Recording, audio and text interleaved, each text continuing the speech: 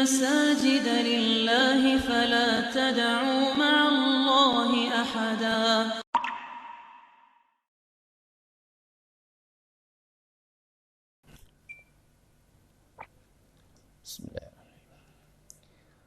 Assalamualaikum warahmatullahi wabarakatuh. Bismillahirrahmanirrahim. Alhamdulillahi hamdan katsiran tayyiban mubarakan fih kama yuhibbu rabbuna wa yardah. Asyhadu an la ilaha illallah wahdahu la syarikalah wa la na'budu illa iyyah. Wa asyhadu anna Muhammadan 'abduhu wa rasuluhu la nabiyya ba'dah. Allahumma shalli wa sallim ala nabiyyina al-karim Sayyidina Muhammad ibn Abdullah wa ala alihi wa sahbihi wa tabi'ihim wa man tabi'ahum bi ihsanin ila yaumil qiyamah. Amma ba'du, qala Allah ta'ala fi kitabihil karim wa huwa asdaqul qailin. Ya ayyuhalladzina amanu taqullaha haqqa tuqatih wa la tamutunna illa wa antum muslimun. Ya ayyuhalladzina amanu taqullaha wa qulu qawlan sadida yuslih lakum a'malakum wa yaghfir lakum dhunubakum. Wa man yuti'illaha wa rasulahu faqad faza fawzan 'azima. Wa qala Rasulullah sallallahu alaihi wasallam fa inna asdaqal hadithi kitabullah ta'ala wa khairal huda huda Muhammadin sallallahu alaihi wasallam wa syarrul umuri muhdatsatuha wa kullu muhdatsatin bid'ah wa kullu bid'atin dhalalah wa kullu dhalalatin finnar. Ma'asyiral muslimin wal muslimat rahimani Allah wa rahimakum, hadirin hadirat Jamaah Masjid Al-Muhajirin yang mudah-mudahan dirahmati Allah Subhanahu wa taala. Kita awali kajian subuh ini dengan memanjatkan puji syukur kita kepada Allah Subhanahu wa taala yang telah begitu banyak memberikan nikmat-nikmatnya kepada kita sekalian. Baik nikmat yang kita minta maupun nikmat yang tidak pernah kita minta. Namun di antara nikmat yang begitu banyak, maka nikmat iman dan Islam merupakan nikmat yang paling utama dalam kehidupan kita. Karena nikmat inilah yang akan bisa membawa kita untuk masuk ke dalam surga Allah Subhanahu wa taala. Salawat serta salam tak lupa kita sampaikan kepada Nabi kita Nabi Muhammad sallallahu alaihi wasallam beserta para keluarganya, para sahabatnya, para pengikutnya yang senantiasa istiqamah, yang senantiasa konsekuen dan konsisten di dalam menjalankan sunnah-sunnah Rasulullah sallallahu alaihi wasallam. Ma'asyiral muslimin wal muslimat, a'azzani Allah wa iyyakum, kaum muslimin dan muslimat, ibu bapak hadirin hadirat sekalian, jamaah Masjid Al-Muhajirin yang mudah-mudahan dimuliakan Allah Subhanahu wa taala. Pasca Ramadan adalah pasca di mana akan terlihat apakah bulan Ramadan kemarin telah berhasil membentuk diri kita menjadi orang-orang yang bertakwa. Jamaah sekalian, di dalam ayat Al-Quran Allah Subhanahu wa taala menyebutkan wala takunu kallati naqadat ghazlaha min ba'di quwwatin ankatha ila akhir ayat. Dan janganlah kamu, sebagai muqaddimah dari kajian subuh kita, dan janganlah kamu seperti seorang wanita yang memintal benang. Jadi wanita, ada seorang wanita yang disebutkan oleh Rasulullah SAW sebagai tamsil, dia memintal benang. Biasanya yang memintal benang itu kan wanita, ibu-ibu. Kemudian pintalan ini rapi, sudah rapi, ya, bagus, ya, sudah selesai, kemudian dirombak lagi. Kemudian pintalan itu yang sudah rapi, yang sudah bagus itu dirombak lagi. dirusakin lagi kalau bahasa kita. Nah, jangan kita seperti wanita yang sudah meminta lalu dirombak lagi pintalan tersebut. Artinya apa? Di dalam bulan Ramadan kemarin kita sudah menata ibadah kita. Di siang hari kita puasa saum, di malam hari kita bangun, bahkan kita sholat berjamaah, sholat wajib berjamaah setiap waktu, kita membaca Al-Quran, bahkan bisa berhatam berkali-kali. Bangun malam bisa qiyamul lail, bisa sholatul lail, dan ibadah-ibadah sunnah juga kita lakukan. Nah, pasca Ramadan, selesai Ramadan, apa yang kita lakukan ini jangan kita rombak lagi. Yang kita sudah tata ibadah kita, jangan kita rombak lagi. Lanjutkan. Jangan sampai Ramadan sih penuh masjid. Pas selesai Ramadan mulai sempit. Mulai kosong, bukan sempit ya. Mulai kosong masjid. Ramadan sih rajin sholat berjamaahnya di masjid. Subuhnya juga apalagi. Tapi ketika selesai Ramadan, mulai sepi sholat berjamaahnya. Ramadan rajin. Ketika kita melakukan apa? Bacaan Al-Quran, bahkan sampai berhatam-hatam di bulan Ramadan. Selesai Ramadan, kita nggak baca lagi Al-Quran. Berarti kita sudah membongkar ya, penataan kita, ibadah kita di bulan Ramadan. Sehingga Al-Imam Ahmad rahimahullah, Imam Ahmad bin Hanbal rahimahullah mengatakan, janganlah seorang hamba hanya mengenal Rabbnya di bulan Ramadan. Dia cuma kenal Tuhannya di bulan Ramadan. Keluar Ramadan dia lupa lagi. Artinya apa? Di bulan Ramadan ibadahnya kenceng, luar biasa. Tapi ketika keluar Ramadan, itu ibadah yang dia lakukan di dalam bulan Ramadan dengan rajin, ditinggalkan kembali. Biasa-biasa saja. Seakan-akan dia hanya mengenal Rabbnya di bulan Ramadan. Keluar Ramadan dia lupa lagi. Nah, kita sebagai umat Islam diperintahkan untuk beristiqomah. Apa arti istiqomah? Konsekuen, konsisten, kita lanjutkan kebaikan-kebaikan kita yang di bulan Ramadan. Terus, sampai kapan? Sampai kata Allah Subhanahu wa taala, wa'bud rabbaka hatta ya'tiyakal yakin. Sembahlah Tuhanmu, sembahlah Rabb kamu, beribadalah Rabb kamu hatta ya'tiyakal yakin, sampai datang kepada kamu al-yakin. Al-yakin di sini apa? Al-maut, mati. Jadi bukan yakin di sini yakin sebagaimana bahasa kita. Saya udah beribadah pada Allah, udah yakin, udah nggak sholat lagi deh. Kenapa? Udah yakin. Bukan itu maksudnya. Maksudnya sembahlah Allah, beribadahlah kepada Allah sampai meninggal. Kalau udah meninggal, udah nggak bisa lagi ibadah. Ada orang udah meninggal, hadir di sini ngaji, sholat, nggak ada, udah nggak bisa ngapa-ngapain orang kalau udah meninggal. Jangankan sholat, mau datang ke kuburan aja dianterin orang. Mau mandi aja apa?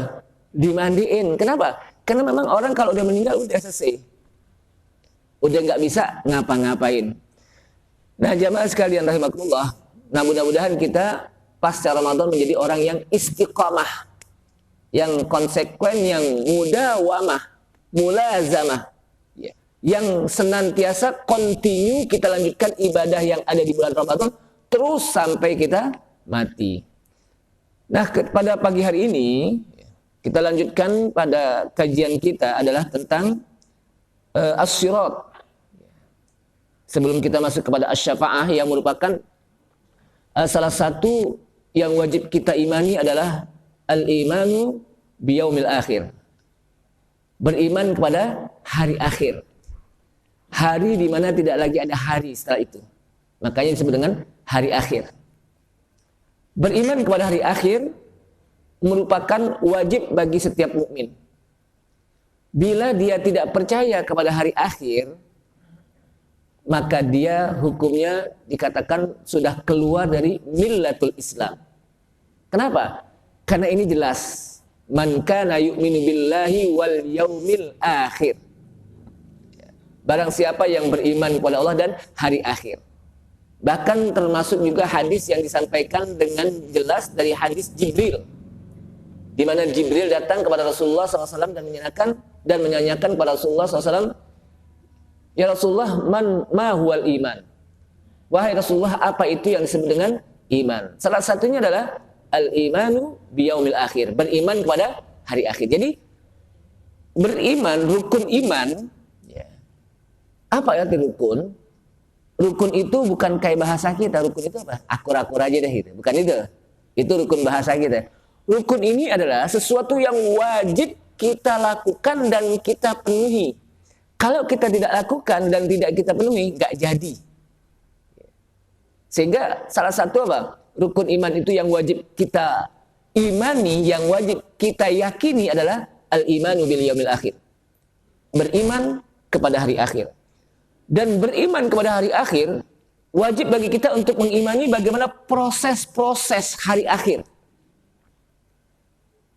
yang begitu panjang dan lama, lebih panjang daripada kehidupan kita di dunia. Dimulai dari mana? Dari masuk ke dalam kubur.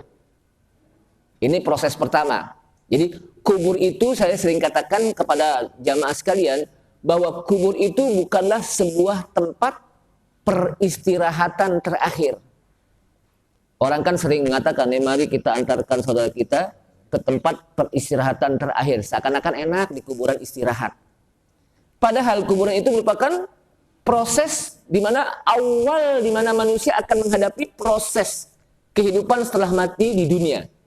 Setelah mati di dunia, dia akan menghadapi proses-proses akhirat. Dimulai dari alam kubur.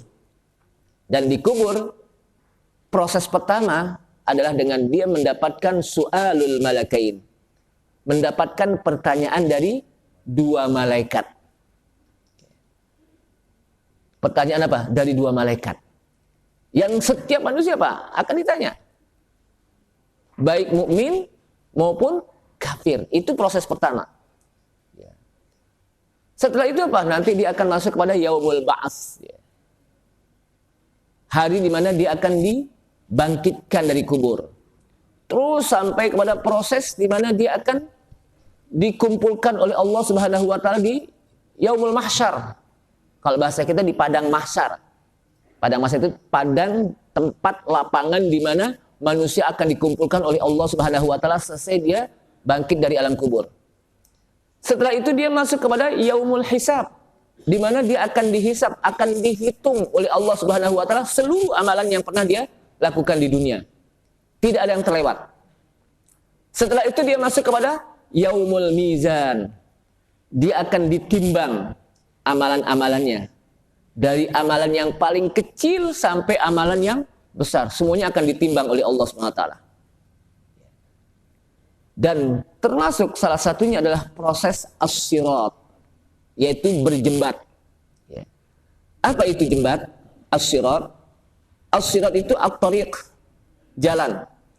Yang dimaksud di sini adalah al-jasrul mansub ala dhahri jahannam tariqan ilal jannah. Jadi yang disebut sirat, berjembat, ada jembatan nanti di mana jembatan itu merupakan al-jasrul mansub, satu jembatan yang terbentang berada di atas neraka jahanam.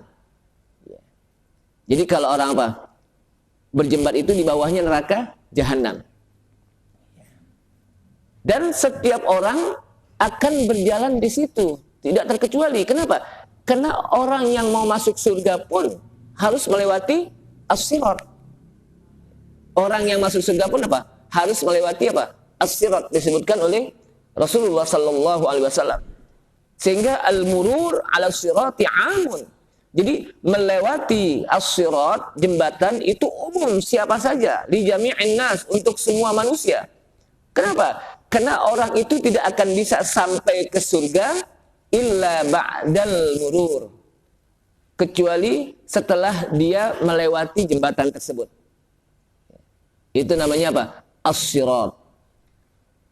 Dalilnya mana?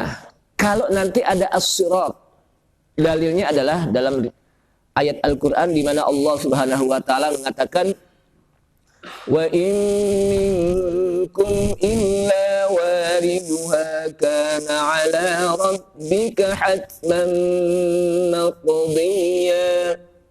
Summa nunajjil ladzina taqaw wa nadharu adh-dhalimina fiha jithiya. Apa kata Allah SWT? Wa inna minkum illa wariduha. Dan sesungguhnya di antara kamu itu nanti akan datang kecuali dengan dia mendatangi as-sirat. Wariduha itu datang kepada as-sirat. Dan atas Allah, atas Rabb kamu dalam hal itu adalah apa? Sebuah ketentuan yang pasti. Artinya nanti ada as-sirat. Summa nunajjil ladzina taqaw. Di dalam bersirat, kata Allah SWT, di dalam berjembat, kemudian kami selamatkan orang-orang yang bertakwa. Wa nadharuz zalimin, dan kami biarkan orang-orang yang zalim fiha jithiya. Mereka tidak selamat dari apa? As-sirat. Kemudian juga di dalam hadis Rasulullah sallallahu alaihi wasallam, hadis yang panjang disebutkan di mana Rasulullah SAW mengatakan wa yadribus sirat wa yudrabus sirat baina dhahrai jahannam. Dan Allah Subhanahu wa taala bentangkan as-sirat itu berada di antara pundaknya jahannam. Artinya di bawahnya kiri kanan, tepi-tepi itu apa? Kita akan lewati, tapi di bawahnya apa? Neraka jahannam.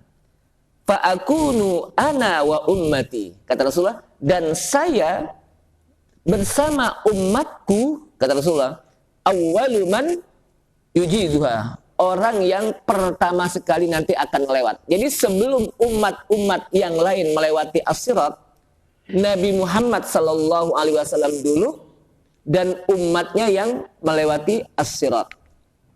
Nah, inilah keutamaan dari Nabi kita, Nabi Muhammad SAW. Kenapa?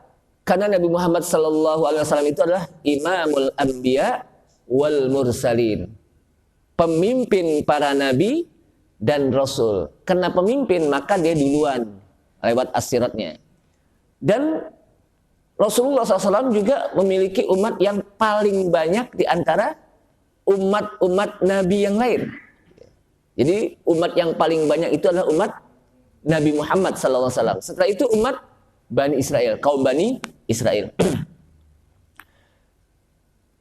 Jamaah sekalian, orang-orang yang berjembat disebutkan oleh hadis Rasulullah sallallahu alaihi wasallam, mereka ada yang berjembat, yang berjalan, alam tarau ilal barki. Jadi mereka berjembat seperti sambaran kilat yang begitu cepat. Kata para ulama, ini sesuai dengan amalannya. Kalau dia bercepat-cepat di dalam melakukan amalan, ketika adzan, Allahu Akbar, udah adzan, ditinggalin kerjaan, lalu dia apa?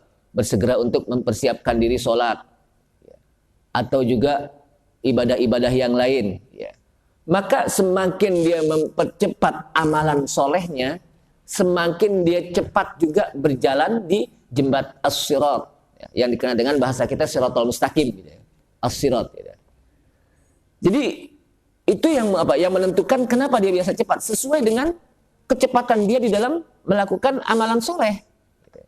Jadi bisa cepatnya seseorang berjembat di as-sirat di akhirat nanti sesuai dengan bercepatnya dia, sesuai dengan cepatnya dia untuk melakukan amalan soleh.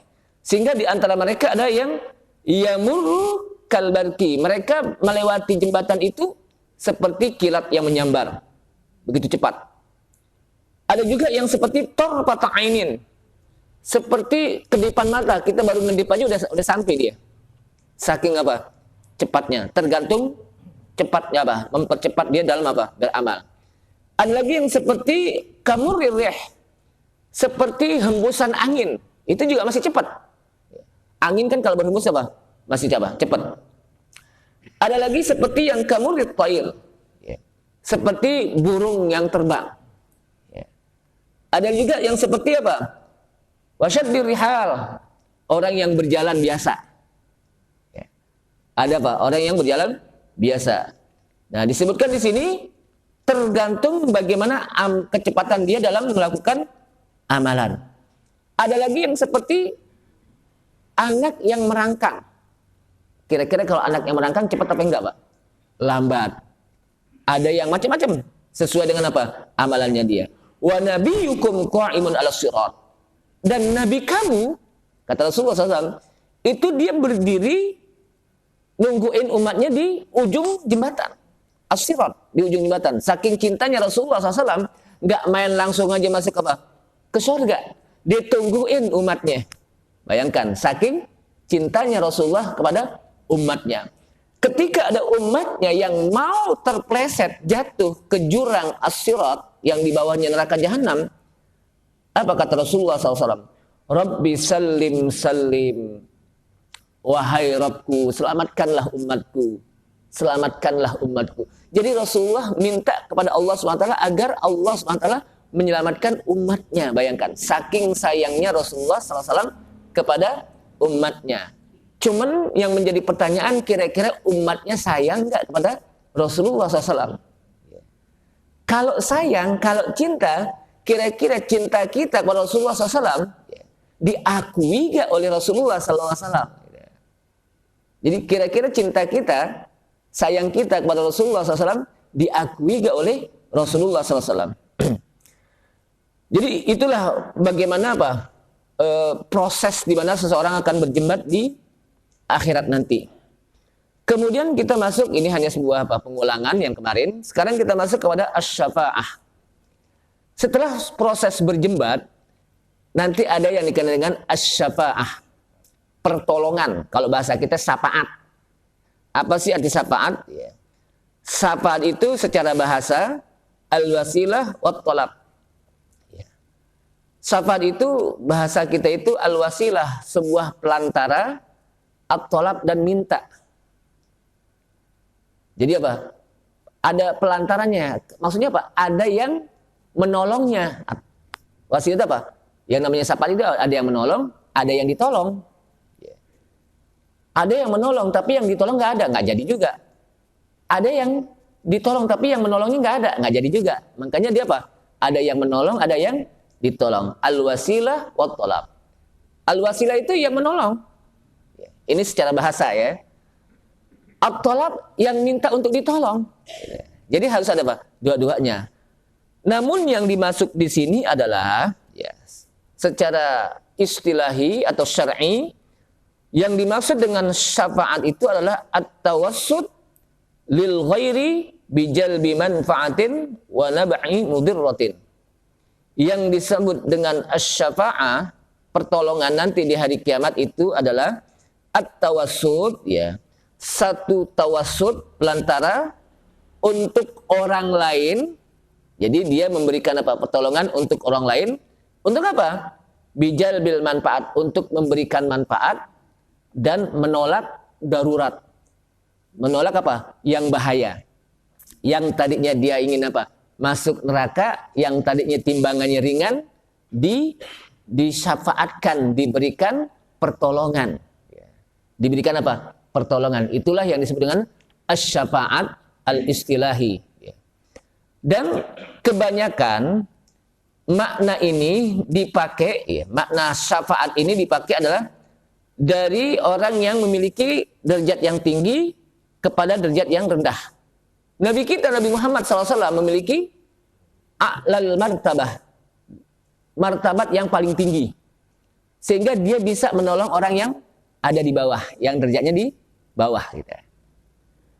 Dan banyak lagi nanti ada beberapa yang bisa memberikan syafaat. Para ulama, anak-anak yang membaca Al-Quran, hafal Al-Quran. Itu anak-anak yang berbakti kepada orang tua. Orang tua juga begitu. Jadi ada beberapa yang bisa memberikan syafaat nanti. Tapi syafaat yang paling besar adalah syafaat yang diberikan oleh Nabi kita, Nabi Muhammad SAW, untuk umatnya yang dikenal dengan asy-syafa'atul uzma. Asy-syafa'atul uzma. Jadi syafaat di hari kiamat di sisi Allah Subhanahu wa taala disebutkan adalah ada dua hal yang perlu kita pahami tentang syafaat. Jadi yang perlu kita pahami tentang syafaat ada dua hal. Yang pertama, syaratnya adalah idnullahi ta'ala lisyafi'.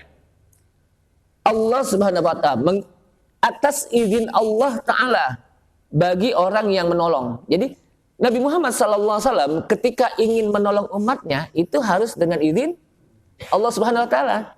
Walaupun Rasulullah diberikan hak untuk bisa menolong umatnya, tapi tetap itu atas izin apa? Allah Subhanahu wa taala. Kenapa? Karena Allah SWT menyebutkan dalam ayat Al-Quran, "Man dzalladzi yashfa'u 'indahu illa bi'idznih."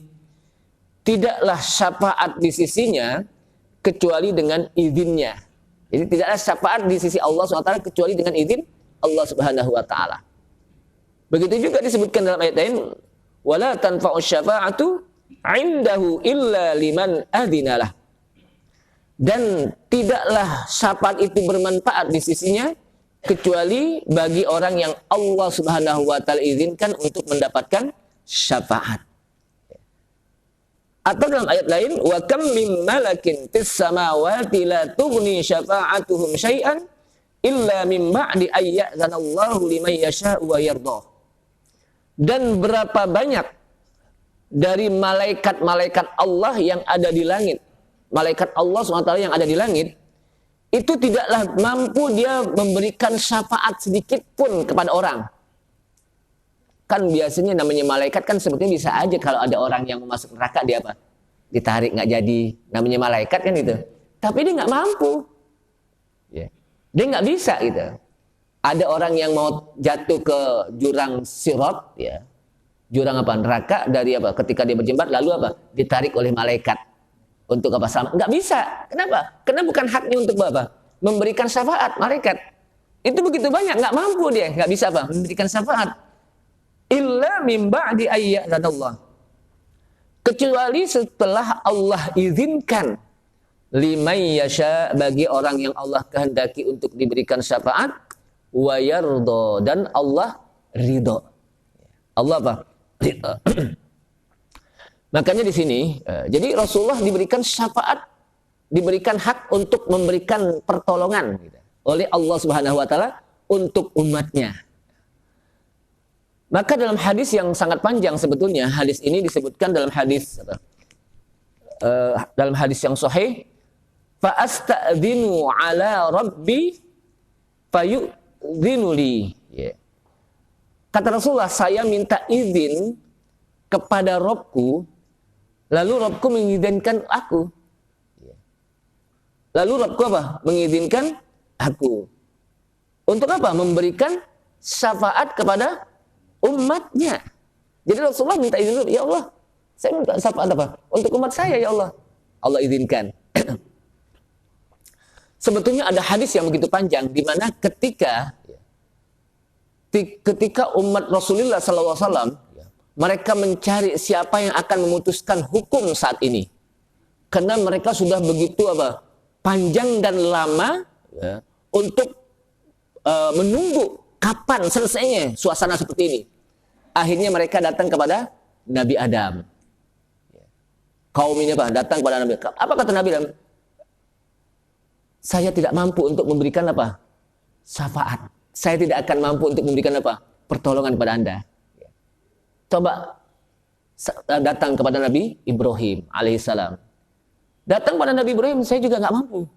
Ini hadisnya panjang sebenarnya. Kenapa? Karena saya pernah di dunia itu merasa berdosa. Dianggap pernah berbohong 3 kali. Padahal Nabi itu nggak pernah apa? Berbohong. Salah satunya apa? Ketika Nabi Ibrahim menghancurkan apa? Berhala-berhala, maka disidanglah Nabi Ibrahim oleh Namrud. Kemudian ditanya, ya Ibrahim, man fa'ala bi alihatina hada ya Ibrahim. Dalam ayat itu kan apa? Man fa'ala bi alihatina hada ya Ibrahim. Siapa yang sudah melakukan ini, yang sudah menghancurkan terhadap ilah-ilah kami, bi alihatina, Tuhan-Tuhan kami wahai Ibrahim. Siapa yang menghancurkan ini? Kata Ibrahim, bal fa'alahu kabiruhum hada. Bahkan yang melakukan ini yang paling besar. Yang menghancurkan ini yang paling besar. Ini bahasa Tauriyah. Nabi Ibrahim nggak bohong. Kenapa? Karena yang menghancurkan itu siapa? Yang paling besar saat itu derajatnya siapa? Nabi Ibrahim. Derajat yang paling besar itu adalah derajat seorang nabi dan rasul. Cuman masalahnya, Namrud itu pikirannya kepada berhala yang tidak dihancurkan, yang ditaruh kapak di situ. Ini kehebatannya Nabi Ibrahim nih. Intelektualnya tinggi. Untuk apa? Untuk menjadi hujah bagi dia. Yang melakukan ini yang besar. Kata para ulama, nunjuknya juga begini nih. Ya, nunjuknya apa begini? Ke dia dan itu. Ini tauriah namanya. Nah, kalau nggak percaya, tanya aja yang besar deh. Ya, tanya. Dia pikir tanyanya kepada apa? Kepada berhala. Padahal tanya kepada dia. Pada Nabi Ibrahim yang derajat Nabi dan Rasul itu apa? Besar. Dalam hati Namrud, saya tanya, nggak bisa ngomong. Patung ditanya. Dan nanti saya dianggap apa? Patung diajak ngomong. Yeah. Saya nggak tanya, saya sembah-sembah tiap hari. Kebingungan juga, tapi karena Nabi Ibrahim seorang manusia rakyat jelata, walaupun dia menang dalam dialog tersebut, ya, diplomasinya luar biasa menang, tetap aja kalah, dibakar. Itu dari dulu begitu, Pak. Yang namanya rakyat walaupun apa, dia benar menang, tetap aja apa, kalah. Gitu. Nah, itu satu. Yang kedua, ketika Raja Namrud, ya, lagi apa? Memeriksa setiap wanita yang datang ke situ ingin dikawini, pokoknya siapa aja mau apa? Namanya raja, siapa aja apa? Dikawinin deh. Mau dari mana aja, yang penting perempuannya itu apa? Cantik. Nah, Sarah ini adalah wanita yang cantik. Datanglah ke daerah tersebut, ditanya, Ibrahim, ini siapa nih? Kata Ibrahim, ukhti, saudara perempuanku. Kalau dibilang istri aja, diambil ya. Kenapa? Karena bukan apa-apa. Istri. Tapi kalau apa? Saudara berarti punya apa? Saudara Ibrahim. Apakah Nabi Ibrahim ketika mengatakan kepada Namrud bahwa ini adalah saudara perempuan itu bohong? Tidak. Kenapa? Karena Allah SWT menyebutkan innamal mu'minuna ikhwah. Sesungguhnya orang-orang mukmin itu apa? Bersaudara. Nggak bohong. Gitu. Ya apa? Artinya Sarah itu adalah saudara secama mukmin. Yang ketiga, Nabi Ibrahim ketika dipanggil oleh Raja Namrud ya, untuk melakukan apa? Menyembah berhala-berhala biar apa? Sama-sama ngumpul, Nabi Ibrahim nggak datang, nggak mau. Ditanya, kenapa Ibrahim apa? Nggak datang. Ini sakim, saya lagi apa? Lagi sakit. Padahal Nabi Ibrahim sehat. Kata ulama nggak bohong juga. Kenapa? Yang dimaksud sakit ini adalah sakit memikirkan bagaimana umatnya yang menyembah berhala. Sampai jadi pikiran Nabi Ibrahim ini gimana caranya untuk jangan sampai mereka menyembah berhala lagi nih. Jadi sakim itu tidak apa? Tidak bohong Nabi Ibrahim. Artinya apa? Di situ apa? Kepandaian para nabi. Kenapa? Kalau nabi bohong itu apa? Nggak jadi nabi dia. Sebab syarat menjadi nabi adalah as-sidqu, sidik, benar. Ucapannya, hatinya benar. Apa yang dilakukan apa? Benar. Kemudian saya nggak mampu kata Ibrahim untuk memberikan apa? Manfaat, memberikan apa? Pertolongan. Coba inti datang kepada Nabi Musa. Sampai kepada Nabi Musa, saya juga nggak mampu kata Nabi Musa. Kenapa? Saya dulu pernah membunuh seorang jiwa. Padahal Nabi nggak ada yang membunuh. Nabi nggak apa? Nggak ada yang membunuh. Di situ disebutkan oleh para ulama, ya, ketika Nabi Musa misain, kalau bahasa kita misain, ya, orang Mesir dengan orang apa? Palestina, dia misain. Namanya Nabi Musa itu punya banyak fisik, ya, itu gede. Orang kesenggol aja jatuh, Pak. Nah ini apa? Ketika lagi dimisain, orang Mesir itu apa? Kesenggol Nabi Ibrahim, jatuh, mati. Cuman kesenggol, cuman misain gitu. Tidak membunuh. Nah ini dianggap membunuh. Khawatir saya. Maka apa? Saya nggak mampu. Coba inti pergi kepada Nabi Isa alaihissalam. Nabi Isa juga begitu, nggak mampu. Nah ketika mereka datang kepada Nabi Muhammad SAW, apa kata Rasulullah SAW? Ummati, umatku, kemari, analah. Kemudian Rasulullah pun apa? Bersujud pada Allah SWT. Ketika Rasulullah sujud, ya Muhammad, irfa' rasak. Muhammad, angkat kepalamu. Ya, angkat. Jadi Rasulullah minta ketika sujud itu minta kepada Allah Subhanahu wa taala agar dia bisa memberikan syafaat kepada umatnya, Muhammad, irfa' rasak. Muhammad, angkat kepalamu. Wasal tu'to, mintalah akan diberikan. Ini ada suara yang seperti itu. Kemudian wasal tu'to, wasfa' tu syafa', mintalah syafaat untuk umatmu. Wasfa' tu syafa', maka akan diberikan syafaat. Jadi ketika umatnya minta diberikan syafaat pada Rasulullah SAW, enggak ditolak. Ummati, kemari, ana laha, inti apa? Saya bareng-bareng yuk ya. Itu apa? Saking cintanya Rasulullah kepada umatnya. Ya, jadi syarat pertama adalah dengan izin Allah Subhanahu wa taala tetap, karena semua itu kembali kepada Allah Subhanahu wa taala. Kemudian yang kedua adalah ridha Allah. Allah ridha terhadap orang yang diberikan pertolongan. Ya. Salah satu yang dimana Allah Subhanahu wa taala ridha adalah sebagaimana hadis dari Abu Hurairah radhiyallahu an. Rasulullah SAW mengatakan kulli nabiyyin da'watun mustajabah. Setiap nabi itu di situ ada doanya yang diijabah. Jadi kalau para nabi ketika dia berdoa, ya, ketika mereka berdoa itu selalu diijabah oleh Allah SWT. Nabi. Fata'ajjala kullu nabiyyin dakwatahu, maka karena mereka ketika doa selalu diijabah oleh Allah SWT, maka mereka pun bersegera masing-masing untuk berdoa kepada Allah Subhanahu wa taala. Ya. Namun kata Rasulullah, wa inni akhba'tu da'wati syafa'atan. Sedangkan saya menunda, menyembunyikan doaku untuk memberikan syafaat kepada li ummati. Ya, jadi ada doa yang sebetulnya saya kalau saya berdoa akan Allah Subhanahu wa taala kabulkan, tapi saya tunda dulu, saya sembunyikan dulu, nanti aja di hari kiamat gitu ya. Untuk apa? Yaitu doa untuk memberikan syafaat di ummati yaumal kiamah. Fahiya na'ilatun insyaallah. Maka syafaat itu akan bisa didapati insyaallah bagi siapa? Man mata min ummati. Barang siapa yang mati dari umatku, la yusyriku billahi syai'an, tapi dengan syarat umatku tidak pernah menyekutukanku. Artinya apa? Ketika dia mati dalam keadaan iman, umatku yang terbebas dari perbuatan syirik. Kalaupun dia melakukan, ada ngaku orang Islam tapi masih berbuat syirik, tiba-tiba ketika di akhir hayatnya dia tobat, itu lain lagi. Artinya apa? Di akhir hayatnya muslim. Kenapa? Yang dia melakukan kesyirikan ini apa? Allah hapuskan dosanya. Kenapa? Dia udah bertobat.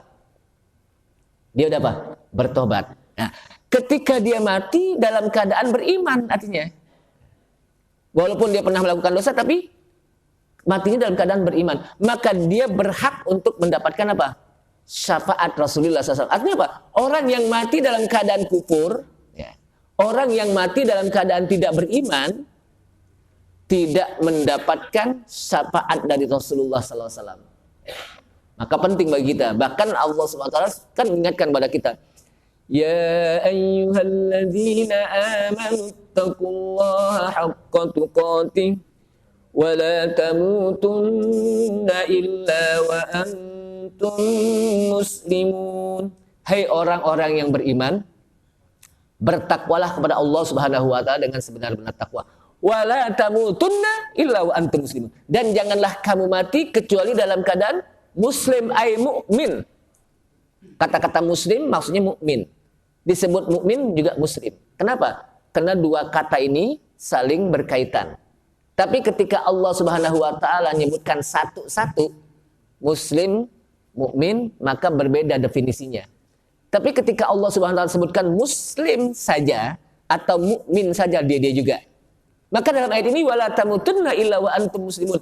Maka janganlah kamu mati kecuali dalam keadaan mukmin. Artinya apa? Hendaknya kita mati pertahankan keimanan kita kepada Allah Subhanahu wa taala. Sebab kalau dia tidak bertahan imannya, kena imannya copot, karena dia murtad, kena rusak imannya, kena batal imannya, tidak ada harapan baginya masuk ke dalam surga Allah Subhanahu wa taala. Tidak harapan dia mendapatkan syafaat dari Rasulullah sallallahu alaihi wasallam. Jadi syaratnya itu harus orang yang beriman. Kenapa? Karena orang yang beriman itu adalah mereka yang menjadi umat Nabi Muhammad SAW. Kalau nggak beriman, nggak jadi umat Nabi Muhammad SAW. Makanya kalau kita lihat di dalam definisi sahabat. Nah, sekarang kita lihat definisi sahabat. Apa itu sahabat? Sahabat itu adalah man ra'an nabiyya sallallahu alaihi wasallam. Orang yang pernah melihat Nabi sallallahu alaihi wasallam. Pernah berjumpa kepada Nabi SAW. Ya. Lalu apa? Mu'minan. Kemudian fa'amana nabi. Kemudian dia beriman kepada Nabi. Wa mata ala iman.